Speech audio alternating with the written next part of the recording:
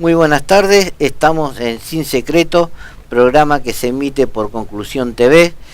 Sin Secreto es un programa que nace con el objetivo de aportar un grano de arena socialmente para poder mitigar lo que es la violencia, violencia de género, en realidad todo tipo de violencia. Hoy quien me acompaña, como todos nuestros programas, Brenda Márquez Espíndola. Buenas tardes. Buenas tardes, Hugo. Buenas tardes a todos. Quienes son nuestros invitados es la doctora en leyes Moira Curi, desde Santiago del Estero, madre protectora, por ende familiar de víctimas de abuso sexual infantil e integrante de la ONG Abrazando Infancias. La doctora en leyes Carolina Vargas, desde Santiago del Estero, integrante de la ONG Abrazando Infancias, ambos pertenecientes a la presidencia de esta ONG. Y el juez de garantía Claudio Masucchi, desde la provincia de Córdoba, persona comprometida y solidaria en la causa, a quien conozco y doy fe que es así. Muy buenas tardes a ambos. Buenas tardes. Buenas tardes. Bueno, muy buenas tardes. Hoy vamos a hablar de un tema que es complejo, que es difícil, que lamentablemente está incrementándose día a día en esta sociedad, y que la pandemia lamentablemente, en vez de ayudar, nos está complicando, porque según estadísticas no oficiales estaríamos hablando de un incremento de un 40% en lo que serían los abusos sexuales infantiles. ¿Es así? Bueno, ante todo, un gran saludo a ustedes y gracias por el compromiso a tratar estas temáticas. Sí, en lo que fue pandemia, seguramente van a estar los datos en algún tiempo, pero sí se ha incrementado un alto número, tanto las violencias de género como los abusos sexuales en la infancia. Datos alarmantes y tantos otros, obviamente, que seguramente van a quedar en lo que se llama la cifra negra de que no se denuncian. Seguramente es un flagelo que lamentablemente va a pegar fuerte, digo, en las infancias sobre todo. Perfecto. Ahora vamos a hablar sobre un tema que creo que en realidad nos puede llegar a sorprender, porque como parte de una sociedad no logramos entender. Brendy, ¿quería hacer la presentación del caso? Sí. A un día de comenzar el juicio por Jessica Dumont, el fiscal Marancino, se inhibió y se suspendió el inicio del proceso. Luego de 12 años de demoras, este jueves iniciaba el juicio por Jessica Dumont bajo la carátula de abuso sexual agravado por el vínculo contra Marcelo Roberto Dumont, padre de la joven. Jessica tenía 17 años cuando se suicidó el 12 de julio de 2009 y le habría confesado al menos a 3 personas que su padre abusaba de ella, ¿no? Aquí, Moira, donde te vamos a pedir si nos podés ampliar un poquito el caso. Sí, Hugo.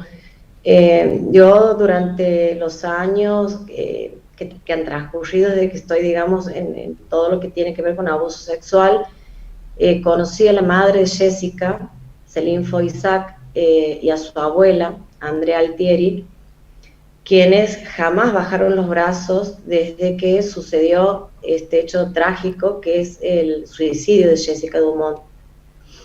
Resulta que la joven había concurrido a una fiesta en una casa de una compañera, de una amiga, y el padre ingresó, o sea, cometió varios delitos. Ingresó a la vivienda, o sea, violación de domicilio, porque a las patadas, abriendo la puerta, sacando a la Jessica, la hicieron detener, la hicieron revisar ginecológicamente, una menor sin orden judicial, con lo cual ha habido una infracción a las leyes desde donde lo mires, los policías y demás. Todos delitos que se han denunciado oportunamente y hoy consideran que están prescriptos. También estaba caratulada la causa como abuso sexual simple, agravado por el vínculo, pero instigación al suicidio.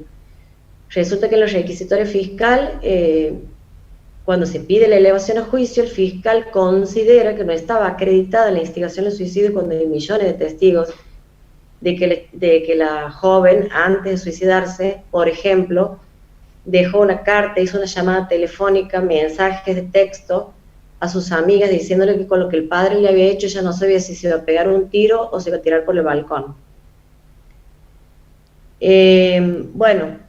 Lo más grave, o sea, en realidad aquí no hay un termómetro ni nada, pero lo que me llama poderosamente la atención es que hoy tomo conocimiento de que mañana empezaba el juicio oral y justo, casualidad, el fiscal se aparta de la causa diciendo que lo conoce al padre. O sea, un día antes que empiece el juicio. Y después de 12 años que sucedió el hecho. Exactamente. Y constantemente la justicia de Tucumán, más precisamente la fiscalía, según lo que me comentó su madre y me mostró el expediente, el legajo, fueron los fiscales los que fueron poniendo palos en la rueda, como vulgarmente se dice, y este caso es de una magnitud, de una violencia institucional que no tiene precedentes, sinceramente. Vamos a aclarar que el caso sucedió en Tucumán, ¿no? En Tucumán. Y teóricamente mañana empezó el juicio oral y hoy se aparta el fiscal. Es una aberración, es una cosa, ya es burla. A mi entender, eso es una burla. Terrorífico. Ahora entrando un poquito a la matriz de lo que sería el abuso sexual infantil, y esto es para el doctor Claudio Masucchi. ¿Cuándo se configura un abuso sexual? Hablando desde lo jurídico. Bien, el Código Penal establece en el capítulo correspondiente distintas clases de abuso sexual. Todos penados por la ley. Tenemos abusos sexuales simples que se llaman, que son los que no hay acceso carnal, y después los distintos otros artículos que la verdad que son muy específicos en cuanto a las conductas delictivas. Yo siempre que hablo de los abusos sexuales tenemos que tener en cuenta no tan solo lo que dice el Código Penal, sino la mirada de la víctima. Muchas cuestiones, sobre todo en estos tiempos, es lo que siente la víctima. Si una víctima denuncia o siente que sobre su cuerpo o ha sentido alguno de estos delitos, es lo que la víctima siente. Muchas veces se dice, pero la víctima no tiene ninguna señal en el cuerpo, no le pasa. Si la víctima ha entendido que se ha violentado su persona de alguna de las formas que establece el código, hay que encuadrarla. La mejor forma de darle un resultado a la víctima es investigando, no es cerrando la puerta de entrada desde el inicio. Entonces, el Código Penal, yo siempre digo, estas leyes son muy lindas. La cuestión es que los operadores tengamos la visión de ponernos en lugar de la víctima, en el caso de los investigadores, y poder, lo que quiere una víctima cuando va a denunciar es que se investigue. Eso es lo que quiere en principio. Y que en su momento sean juzgados los acusados. Eso siempre trato de dejarlo en claro porque el Código Penal, les vuelvo a decir, tiene la forma de condenar, o sea, la pena para un delito, pero si arrancamos cerrando la puerta a la víctima, ya no podemos hacer más nada. Estamos mal. Carolina, una pregunta. ¿Qué pasa cuando te encontrás con una víctima que tiene cierto grado de discapacidad y no puede llegar a expresar lo que realmente le sucedió? ¿Cómo investigás como abogada? ¿Cómo defendés a esa víctima que sufrió un abuso y que lamentablemente tiene este tipo de problemita?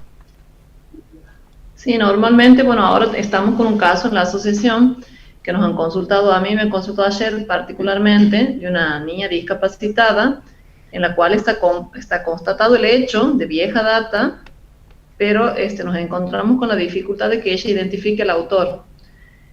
Frente a esto tenemos que recurrir a otras herramientas, que no solamente sería la cámara GESEL, con lo cual la niña estaría imposibilitada de brindar mayor información atento a la discapacidad, Nosotros hemos pedido informes socioambientales, planillas de antecedentes.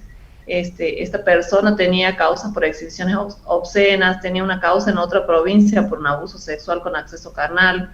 Era la única persona que tenía vínculo directo, digamos, con la menor, que convivía con la menor, era un tío materno. Pero frente a los otros casos nos encontramos también con que la justicia no cuenta con los operadores judiciales capacitados para poder asistir a la víctima. De hecho, la cámara GESEL de esta niña se demoró porque no había un acompañante terapéutico para que la pueda asistir en la entrevista con la psicóloga en la cámara GESEL. O sea, el cuerpo médico forense cuenta con psicólogos, pero no prevé los casos de los niños que sordomudos o discapacitados para los fines de brindarles la asistencia. Entonces ahí tenemos que empezar como abogados a pensar otras estrategias para morirnos de pruebas, que en este caso se ha podido, pero en los casos donde desconocemos la vida anterior del autor, se nos complica, se nos dificulta, y es la salida más fácil para los abogados defensores decir, sí, el hecho está acreditado, pero mi cliente no es el autor. Y lamentablemente nos encontramos atados de pies y manos frente a esta situación muchas veces en la práctica. Claro. Doctor Claudio, una preguntita. ¿Cuándo se configura el delito de estupro?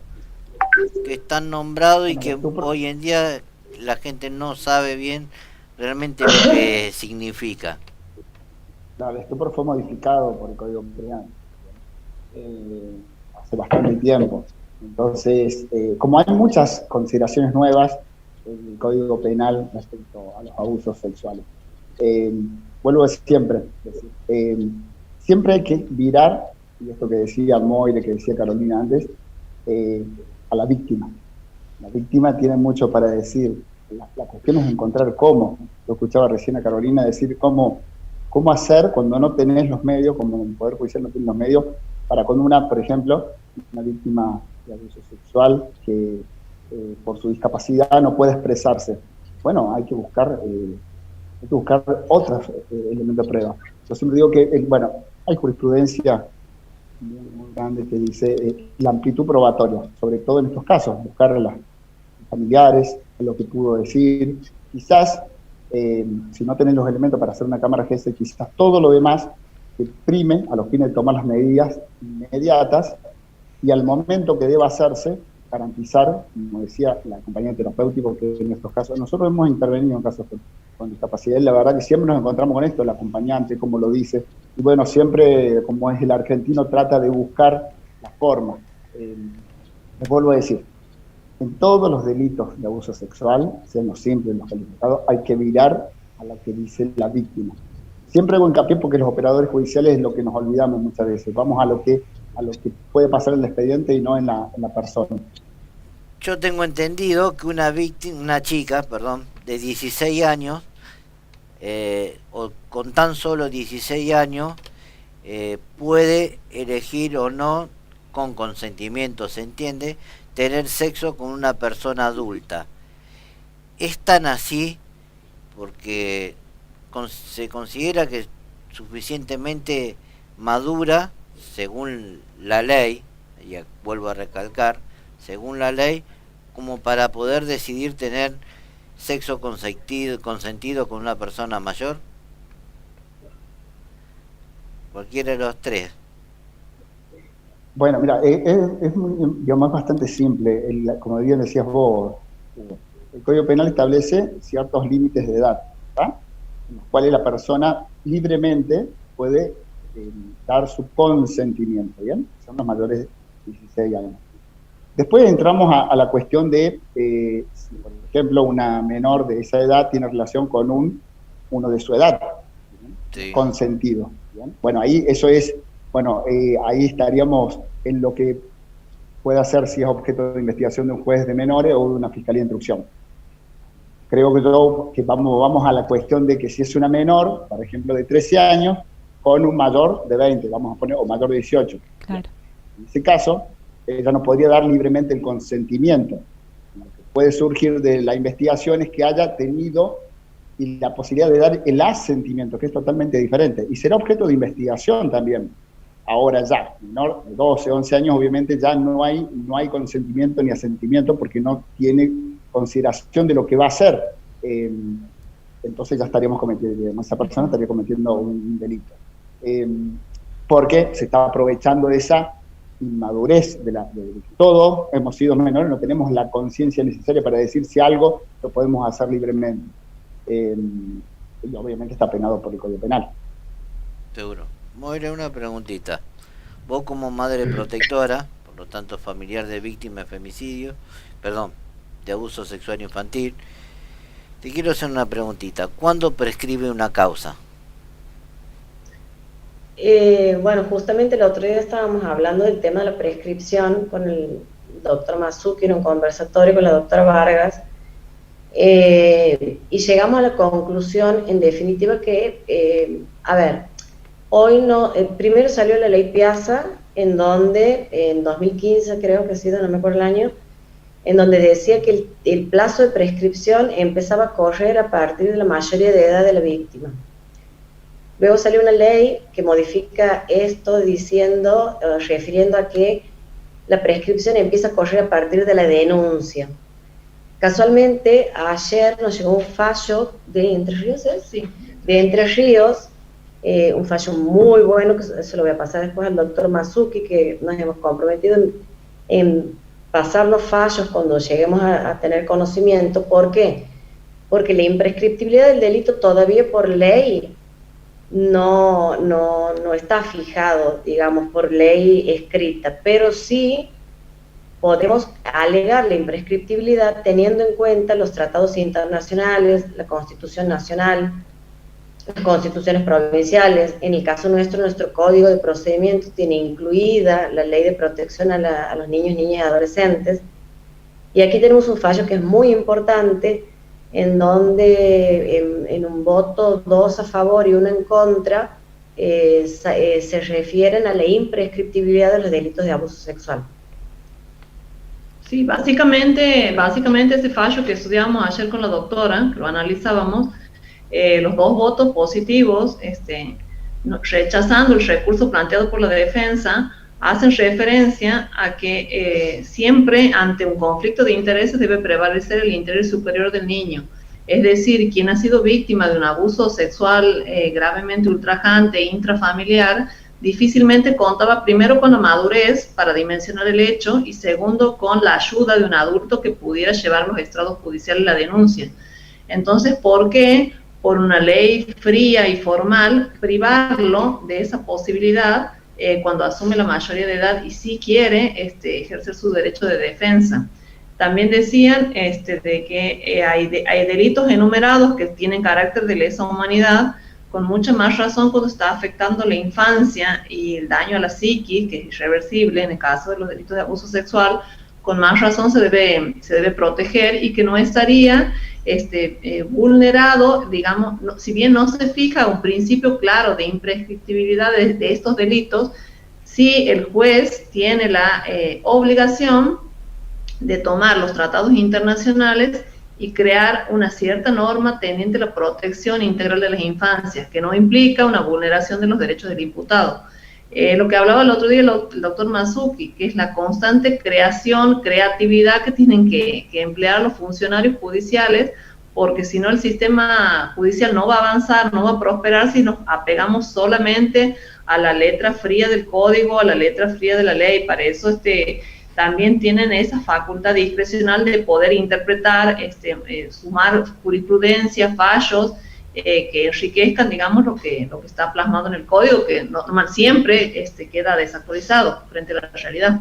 Por otra parte, a mí me ha parecido de muchísimo interés en el fallo de que hace referencia, en primer lugar, lo que siempre decimos, que ante un conflicto de intereses de un niño y un adulto, por ley y teniendo en cuenta los tratados internacionales y demás, siempre debe prevalecer la protección al niño.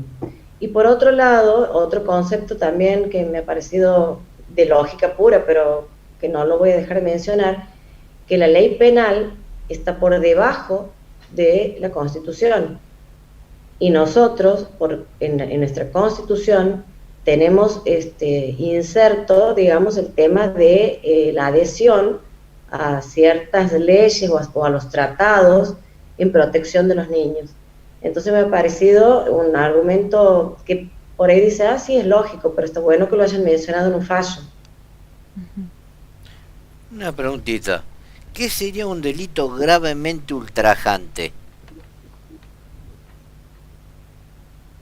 El gravemente ultrajante se da en los casos que, a ver, hay que ser un poco más gráfico, cuando le ha causado a la víctima, o sea, no es un acto sexual normal, digamos, sino que ha causado daño grave, por ejemplo, alguna secuela psíquica, o la forma en la cual se ha desarrollado, le ha causado, no tan solo por el tiempo, sino por la forma, alguna gravedad psíquica o lesiones o demás, o por el tiempo, por ejemplo, seguido con la privación de la libertad, es decir, le causa a la víctima algo más allá de lo normal, que podría haber sido un acto sexual, en este caso es una violación, un abuso sexual, por ejemplo, con exceso carnal, agravado por muchas circunstancias que hacen, y les voy a aclarar una cuestión, si bien uno dice, bueno, nunca sucede, lamentablemente, en la mayoría cantidad de los hechos que hemos investigado, la calificante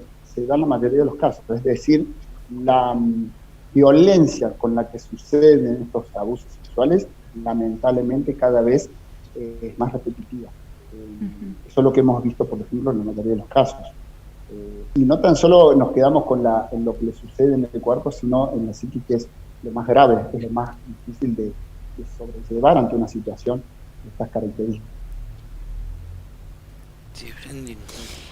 Yo quiero preguntar si existe alguna manera de prevenir el abuso, porque creo que la prevención es la clave en todo esto, ¿no? Por supuesto, la educación sexual en las infancias, a mi criterio y al de mucha gente, es básica. Se cortó, Moira. Que se oponían a que se les brinde educación sexual a los niños en el colegio. La verdad, creo que falta muchísima información, pero como siempre digo, creo que hay que empezar educando a los padres más que a los niños. Sí, totalmente de acuerdo. Sí, mira, muy bien lo que dijo, pero nosotros hemos establecido, y seguramente con la asociación que lideran Carolina y Moira, la educación sexual en la escuela ha traído no tan solo la prevención, sino también a detectar casos de abuso sexual en la infancia. Es clave eso. Y en cuanto a lo que decía Moira, apoyo en cuanto a los adultos, y sobre todo a los varones, es esto de desconstruirnos, de no replicar viejas conductas machistas o de patriarcado. También va con esto, con nosotros, los varones, de permitirnos una nueva vida con otra visión totalmente diferente a lo que ya venía, y es lo que estamos viendo las consecuencias en esta temática que hablamos, que es el abuso sexual en las infancias. Moira, te hago una consulta. ¿Cuál es el impacto psicológico del abuso sexual infantil? Mira, según Irene Intevi, dice que es asimilable a un disparo a la psiquis. Según yo te puedo decir de mi experiencia como madre, bueno, yo creo haber pasado por todos los estadios, desde la desesperación, desde el no querer creer o el esperar que eso no sea real, a, bueno, millones de situaciones extremadamente dolorosas. Lleva 7 años de juicio mi hija y recién ellos están imputados. Ahora los han llamado a declaración indagatoria porque están bajo el sistema viejo, digamos, y ellos en la declaración indagatoria se comprometen ambos digo, el progenitor y el tío, que son los imputados, se comprometen a someterse a pericias psicológicas y psiquiátricas. En el día de ayer, porque para poder tomar conocimiento de la causa de mi hija tengo que ir al juzgado, sacar fotocopia o escanear las cosas porque no me notifican de absolutamente nada. Y tomo conocimiento de que el progenitor presentó un escrito diciendo que él no se iba a presentar en las pericias por consejo de su abogado. A todo esto, el progenitor de mi hija es abogado, ¿no? Y bueno, y así siguen dilatando las cosas, siguen pasando los años. cuando uno invoca causales por las cuales debieran revocar la exhibición de prisión, porque están entorpeciendo la investigación, dilatando los tiempos, los jueces, en mi causa como en algunas puntuales, no hacen absolutamente nada. Consideran que no hay peligros procesales por el solo hecho de que hace 7 años se ha iniciado la causa y ellos no han eludido la justicia, o sea, no se han escapado. Pero ¿y el resto? Sí, eso es como poner en duda la palabra de una víctima cuando va y declara. Y como proteger constantemente a los abusadores. No solo poner en duda la palabra de la víctima, sino revictimizarla constantemente, porque pasado por cuantas pericias se imaginen, los imputados no han estado detenidos nunca. Hoy se dan el lujo de no someterse a las pericias psicológicas ni psiquiátricas, si bien son objetos de prueba. Pueden no comparecer, pueden no prestar colaboración, pero tienen la obligación legal de comparecer.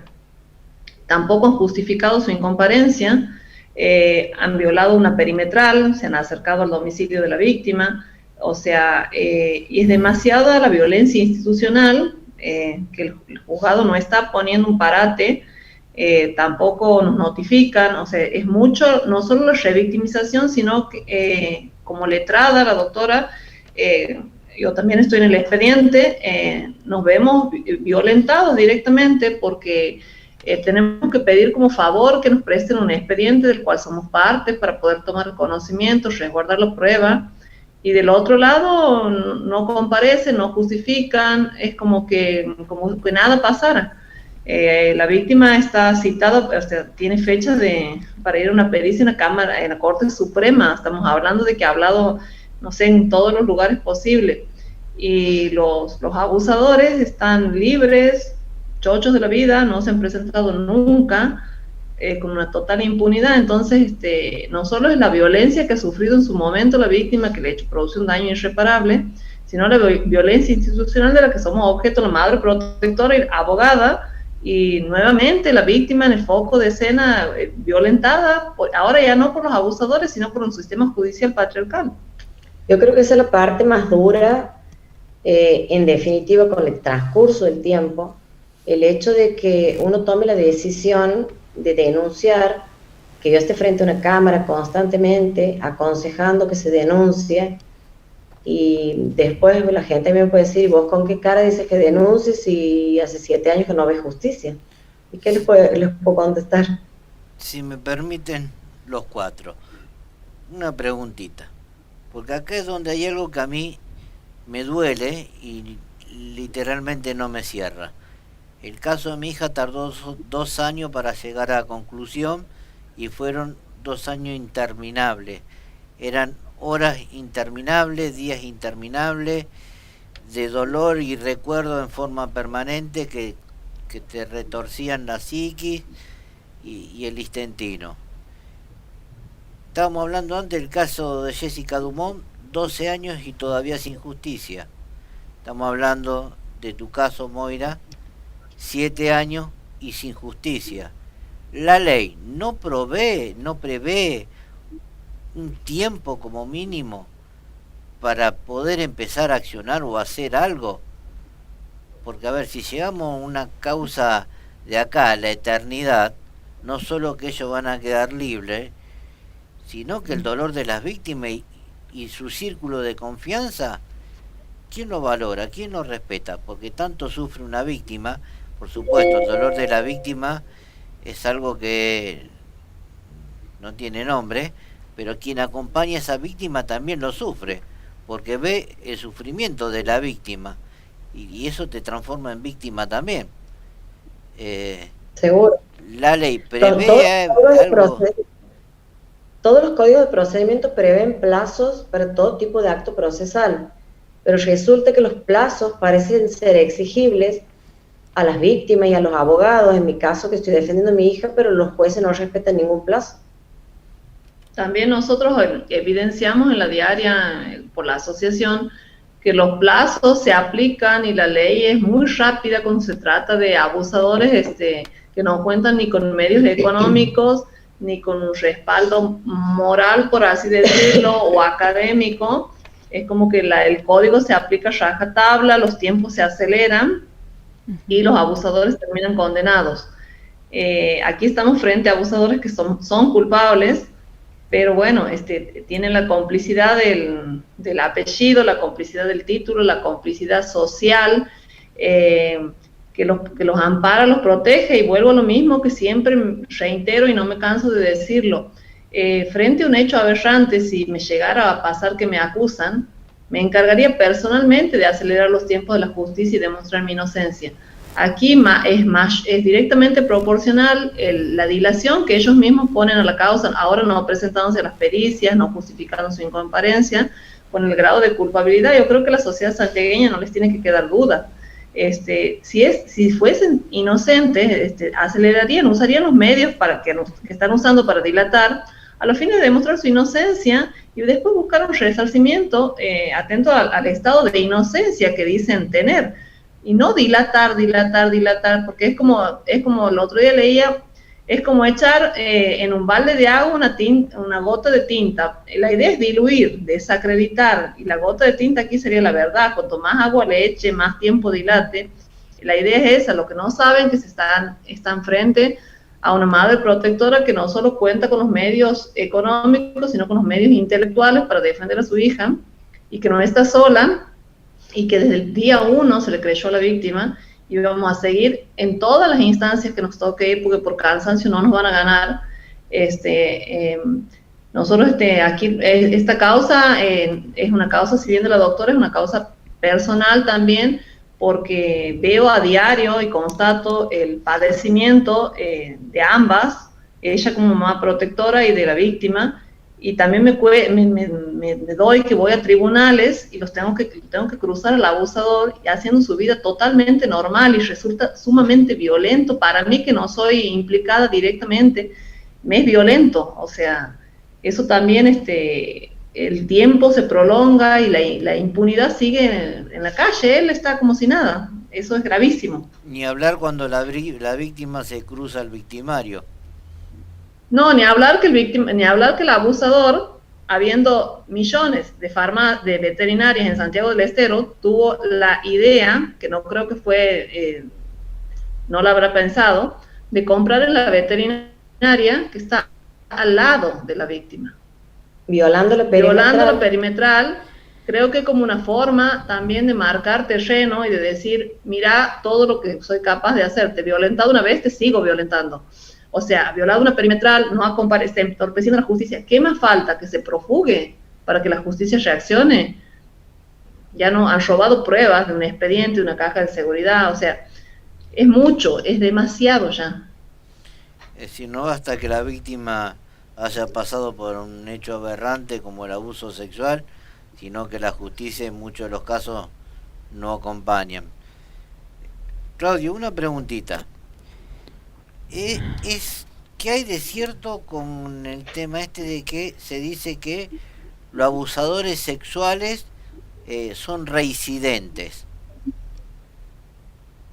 Sí, lamentablemente, bueno, nosotros acá en la provincia de Córdoba nos ha tocado, y a mí particularmente me ha tocado intervenir en casos en los cuales el abusador ya había cometido otros hechos, quizás no denunciados, porque obviamente muchas veces muchas víctimas no tienen miedo de denunciar, porque esto que decía Moira, que decía Carolina, que decís vos, es que no ven un resultado plausible, que la justicia, o sea, no ven un resultado de que haya un abusador detenido o que un abusador detenido o condenado. Entonces, esa impunidad que muchas veces sucede porque uno la lee, verifica que muchos de los abusadores su conducta ha sido, en varios otros casos anteriores, o no juzgada o no denunciada, y al momento de encontrarnos con un nuevo hecho, la persona, la víctima, dice, porque yo sabía que otras personas también habían sido víctimas, pero bueno, no se han mirado a denunciar. A ver, siempre digo, no soy psicólogo, sino uno habla de la experiencia, lamentablemente. A mí me ha tocado intervenir en más de 100 casos de abuso sexual, en los cuales tuve que aprender, estudiar, interiorizarme, escuchar a la víctima, ver a la víctima, desde el momento que se empezaron a hacer las cámaras GESEL en Córdoba. Entonces uno tenía que empezar a estudiar y ver. Y esa pregunta que vos decís, la respuesta es que en muchos de los casos son reincidentes, Y la última víctima es la que se anima a denunciar. Lamentablemente es una respuesta afirmativa.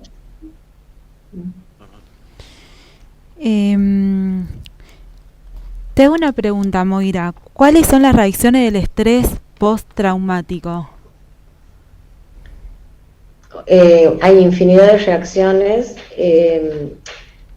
por ejemplo, a nivel psicológico, a nivel físico, depende de la edad y algunas veces no, ciertos síntomas, es decir, de hacerse la pis en la cama o de tener incontinencia, digamos, de no poder retener las heces, tienen un nombre específico, eneuresis y encopresis. Trastornos de sueño, trastornos alimenticios, de falta de motivación para estudiar, o todo lo contrario, personas que se vuelven obsesivas con el tema del estudio. Y hay infinidad de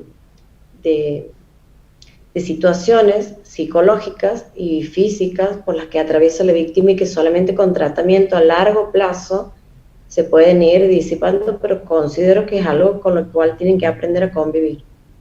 Sí, lamentablemente. Todos sabemos que la gran mayoría de los casos son intrafamiliares, pero bueno, sí, entre los tres, a nosotros ciudadanos común y corrientes, madre y padres de criaturas, bueno, ellos ya no son criaturas, lo fueron en su tiempo, pero tengo sobrinas. ¿Qué consejo nos podrían dar para estar atentos ante un posible abuso? Porque no significa que solo pueda ser el padre, puede ser un hermano, un tío. Por lo general sabemos que cuando es intrafamiliar es alguien del núcleo interno de la familia, pero ¿cómo podemos hacer para estar atentos a esa situación? ¿Cuál sería uno de los tips como para ponernos en señal de alerta? Nosotros por lo menos en las capacitaciones que damos en el interior de Santiago, yo arranco la capacitación diciendo una frase que los padres nunca deben decirle a los niños: si me entero que alguien te hace algo, lo mato. Es la primera frase que al niño nunca hay que decirle. Hay autores que hablan de que hay 5 pasos para que el abuso sexual se lleve a cabo, 2 de los cuales facilitan el abuso y 3 que son consecuencias del abuso. Uno es la intimidad, generar la confianza, el ambiente seguro, donde se va a poder configurar el abuso y a los fines y ganar la confianza y la amenaza de que el niño no va a contar. La amenaza puede ser: no cuentes porque le va a pasar algo a tu mamá, o no cuentes porque lo que hemos hecho no es nada malo. Y después las otras consecuencias son el temor del niño, el meterse para adentro, el sentir que está en deuda con el abusador, por ende, por ese supuesto secreto que tiene, una develación, o sea, contarlo, y a su vez una develación tardía, no, normalmente, y a su vez un arrepentimiento. Pero nosotros siempre las capacitaciones arrancamos diciendo eso. Esa frase no hay que decir delante de los chicos nunca.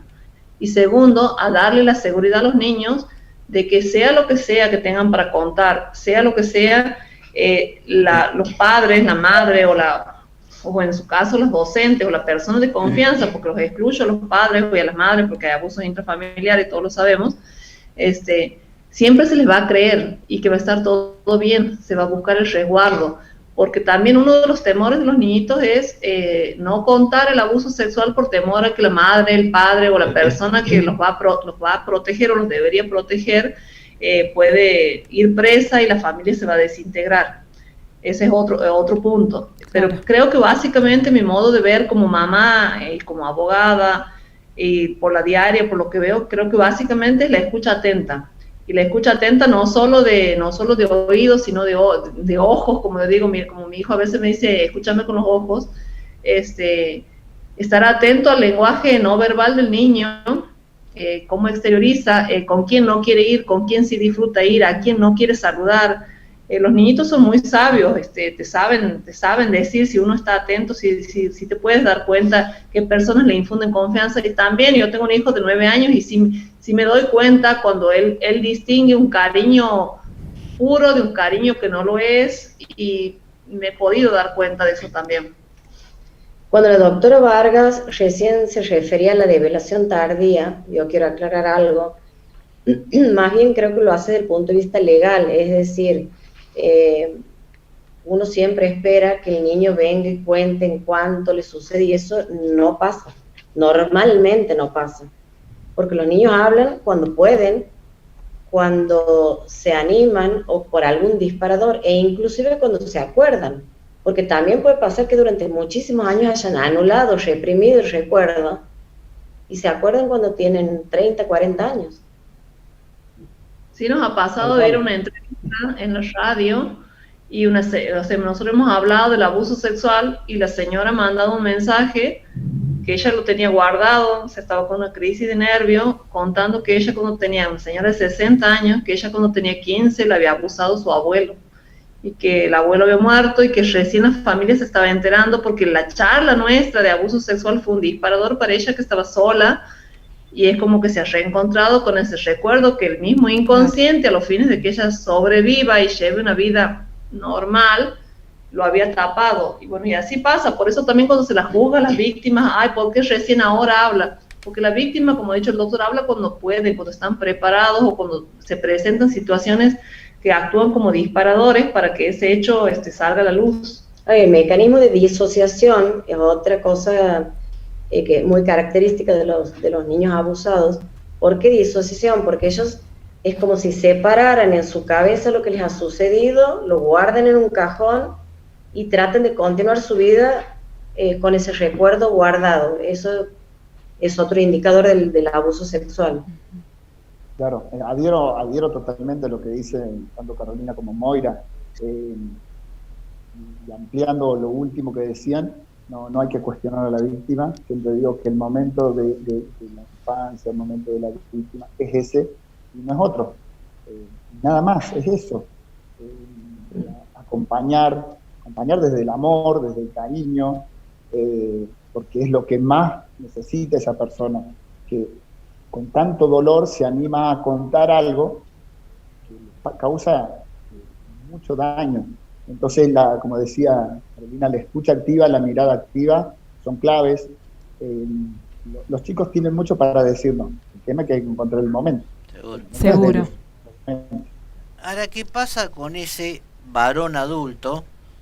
En realidad de varón no tendría nada, pero bueno, que le dice al pibe, agarra a su propio hijo, menor de edad, y empieza a mostrarle revistas pornográficas o revistas con imágenes obscenas, o hasta llegar a mostrarle una película pornográfica con el objetivo de querer enseñarle para que él sea machito el día de mañana. ¿Eso es o no es una clase de abuso también? Es un delito, eso es la corrupción de menores. Y lamentablemente, bueno, mi equipo de trabajo también es juez de violencia, obtenemos lamentablemente muchas denuncias de víctimas mujeres, donde dicen, y el padre tomaba esta conducta para, voy a hacerlo así, para mostrarle cómo es el macho. Exacto. Qué cabeza, ¿no? Sí, eso es el delito de corrupción. Se ve lamentablemente mucho en esta época, sobre todo con el acceso que hay más rápido a todo lo que son las páginas pornográficas y demás. Está penado en Córdoba, lamentablemente tenemos muchos casos, y sobre todo vamos a poner, voy a sacar lo que es el padre, el corruptor a través de las redes sociales, donde no tan solo le solicita al menor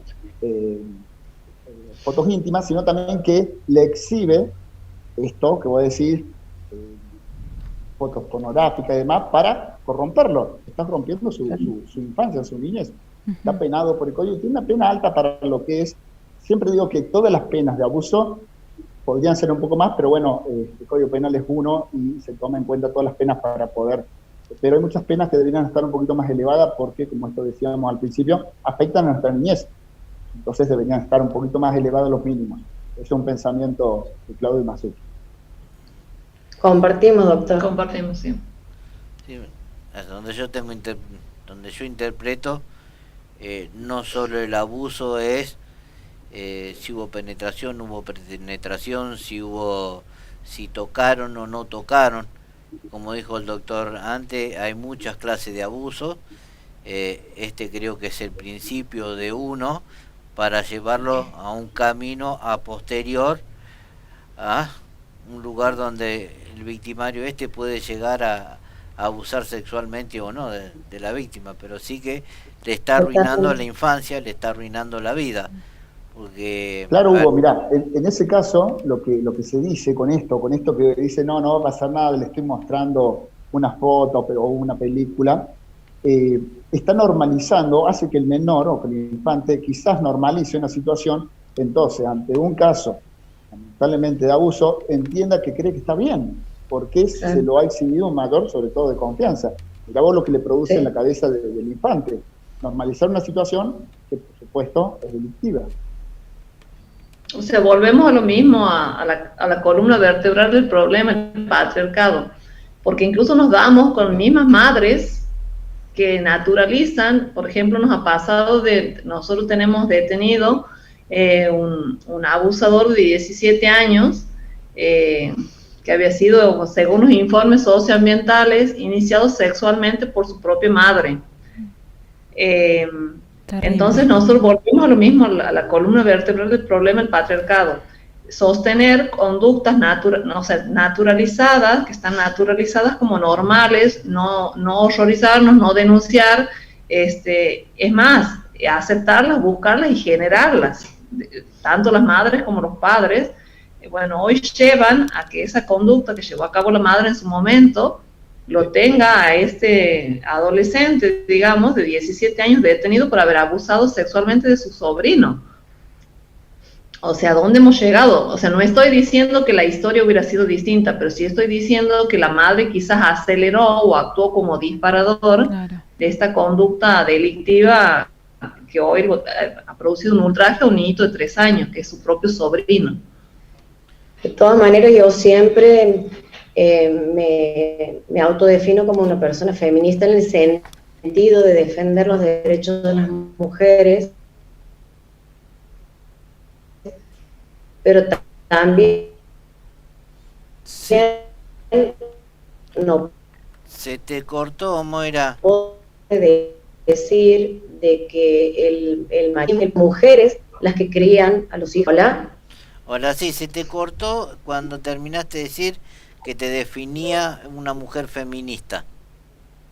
Sí, porque por el tema de la protección de los derechos de la mujer, de lo cual estoy de acuerdo y es mi bandera, pero no dejo de ver que el machismo y el patriarcado muchas veces es sostenido por mujeres que crían hombres machistas, que cuando tienen un hijo varón le dicen, ay, vos puedes atraer a tu noviecita a la casa y tener una hija mujer, y no, vos no puedes cuando te... O sea, la diferencia que hacen, y esto que decía el doctor Mazzucchi, de decir, vos sos macho porque te puedes tener relaciones sexuales a los 15 y la mujer es una prostituta o lo que sea porque tiene relaciones. Y esa cuestión, yo lo veo muchísimo más en la crianza que dan las mujeres a sus hijos varones. Entonces creo que la mujer también es la que sostiene el machismo y el patriarcado. Sí, seguro. Sí, estoy totalmente de acuerdo. Es parte, como decía Carolina, del patriarcado. Son los resabios del patriarcado. O sea, muchas mujeres son oprimidas porque tienen que hacer determinadas conductas porque macho, el hombre, Enrique Stola, no desconstruido, tiene que hacer por eso, hasta por miedo, porque si no replica esa conducta patriarcal, quizás no encuadre en lo que quiere su pareja. ¿Sí? La actualidad lo seguimos viendo. Sí, la verdad que es terrorífico y es doloroso. A ver, yo no lo viví, no lo sufrí, pero calculo que debe ser algo espantoso, porque una de las peores violencias, pues son violencias que dejan, como digo siempre yo, que dejan huella. Hacé cuenta que te pasó un arado por encima porque la vas a llevar por el resto de tu vida. Así es. Claudia, una pregunta. ¿Cuál es la diferencia, más allá que el Código Procesal Penal es uno para todo el país, pero yo veo que hay provincias que actúan o trabajan distinto, sobre todo en distintas temáticas, tanto en abuso sexual como en violencia de género? Córdoba fue la primera provincia que se adhirió a la ley 26485, que es la ley de protección para prevenir y sancionar y erradicar la violencia, pero hay en ciudades donde se aplican y en ciudades donde no se aplican. Eso queda a interpretación de un juez o porque no están adheridos a algún tipo de, de leyes o algo por el estilo. Bueno, un poquito, digamos, los códigos procesales, cada provincia mantiene como un Estado federal, puede dictar su código procesal, por ende, cada juez, cada fiscal de cada provincia actuará de acuerdo a su código procesal.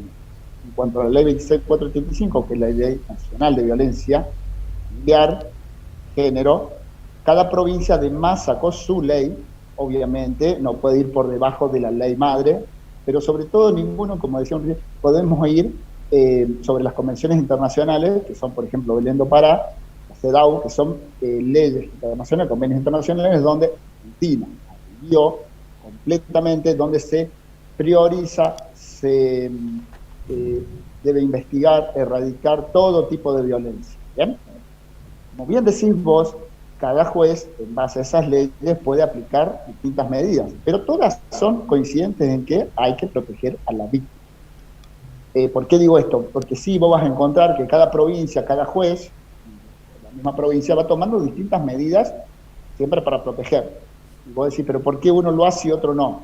Bueno, ahí está la cuestión, es la interpretación que cada uno hace de la ley. Yo te voy a poner un ejemplo, y siempre hablo de juzgado en el cual yo presido, tengo un gran equipo.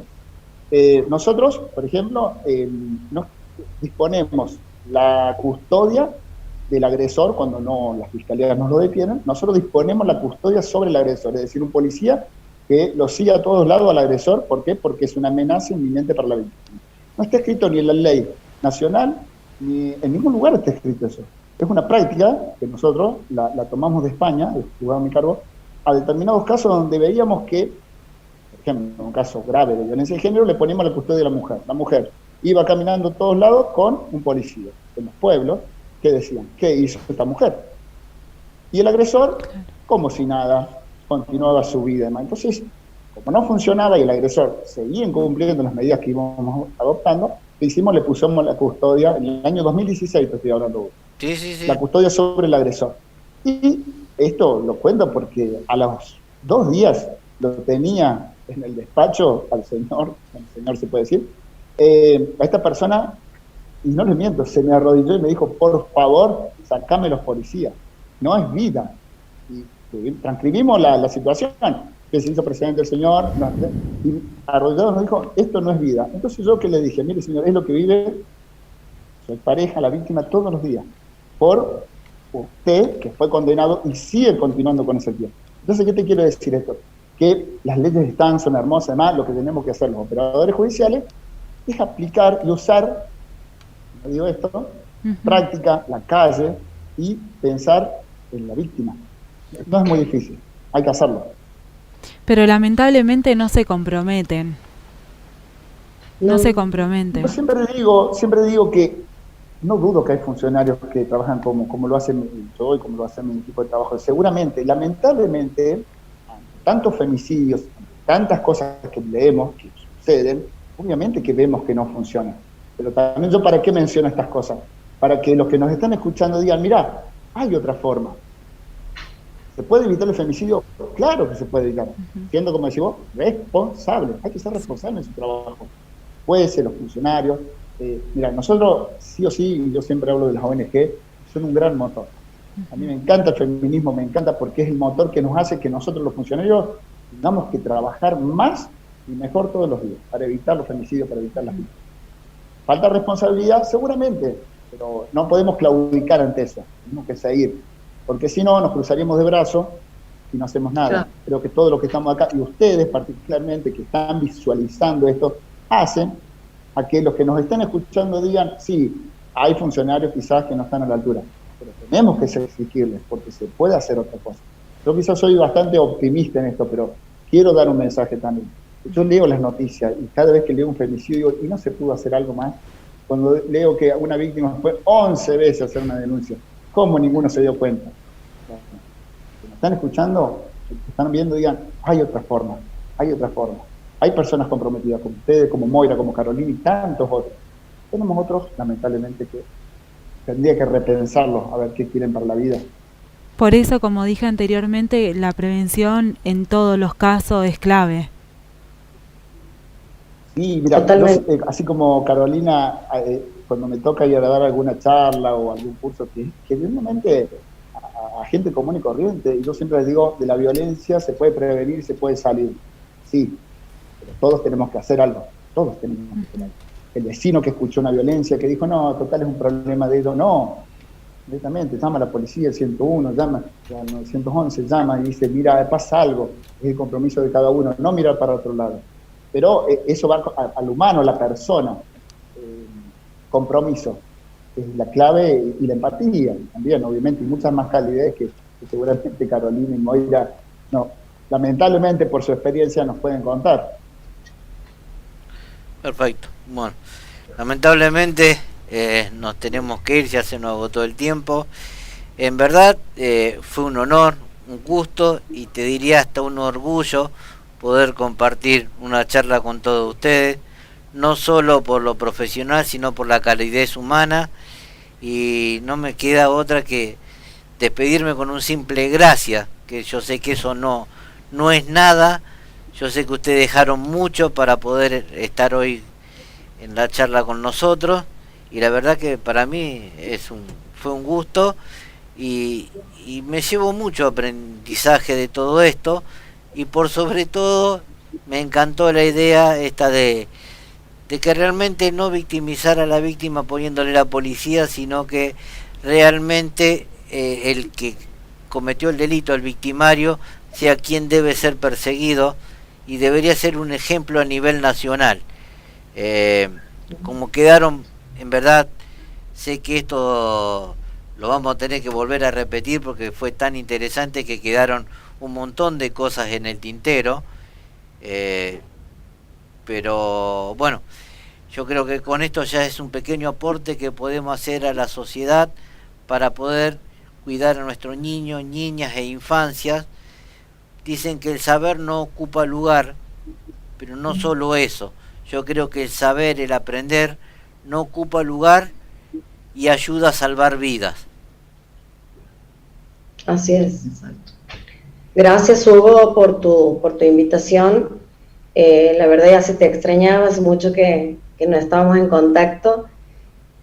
Comparto tu idea de que el doctor Masucci es un juez, es un ejemplo a nivel nacional, con lo cual esto que se viralice, que se conozca, que llegue a oídos sobre todo de sus pares, a ver si aprenden un poquito.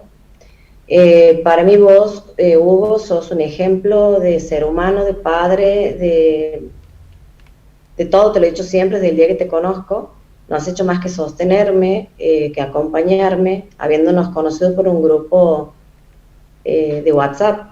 Así que públicamente te tengo que agradecer y decirte que te admiro muchísimo. Y muchísimas gracias a los dos por la entrevista. Muchísimas gracias por el espacio. La verdad que valoramos mucho que en estos tiempos donde estos temas no incomodan, ustedes decidan darnos un espacio para poder mostrarlos. De mi parte les agradezco a los tres, la verdad que es un tema que moviliza un montón y que lamentablemente no se habla mucho, por eso me parece sumamente importante que se empiece a visibilizar todo este tema, porque es sumamente importante. Así que de mi parte le agradezco, me llevo también mucho aprendizaje y bueno, para lo que necesiten vamos a estar. Muchísimas gracias. Bueno, igualmente. Igualmente. Bueno, después de esta entrevista donde creo que nos llevamos varios conceptos que son ricos en contenido, ricos en aprendizaje, Sí. para poder transmitirlo, no, porque creo que lo importante de todo esto no es recibirlo y guardarlo, sino que recibirlo y transmitirlo, como también es importante lo aprendido para poder actuar en el núcleo interno de la familia. Vos como mamá de una criatura, creo que te fue de vital importancia, calculo, y hasta qué punto lo podés emplear en tu vida personal. Sí, este tema la verdad que moviliza un montón, es sumamente importante la prevención para que estos casos no sigan sucediendo y que lamentablemente muchas veces se tapa por vergüenza y la víctima siempre va a hablar cuando esté decidida a hacerlo. Sí, la víctima tiene sus tiempos. Tiene sus tiempos. Lo que nosotros como adultos tenemos que estar atentos a los tips, a las conductas de nuestros, no solo nuestros hijos, porque nosotros lo que aprendemos no es solo para nuestros hijos, sino para una sociedad. Claro. Que creo que ese es el puntapié inicial y el origen de este programa. Sí. Tratar de hacer algo que le sirva a la sociedad. Claro. Aportar algo en beneficio de las personas que puedan llegar a estar pasando por un abuso sexual, por una situación de violencia, Sí. para poder prevenir, para poder saber qué tiene que hacer si lamentablemente el hecho sucedió. Claro. Creo que nuestro programa es aportar algo en beneficio para la comunidad en su conjunto. Sí, por eso me pareció sumamente importante lo que hablamos recién, más que nada para la prevención. Bueno, como todas las semanas, este fue un programa más de Sin Secreto. Nos volveremos a ver el próximo sábado, si Dios quiere, con una entrega más. Como dije recién, para poder aportar algo en beneficio de la sociedad. Muchísimas gracias a todos ustedes que están del otro lado. Muchísimas gracias a todo el personal de Conclusión TV que nos apoya, nos acompaña y está al lado nuestro para que podamos crecer día a día un poquito más. Muchas gracias.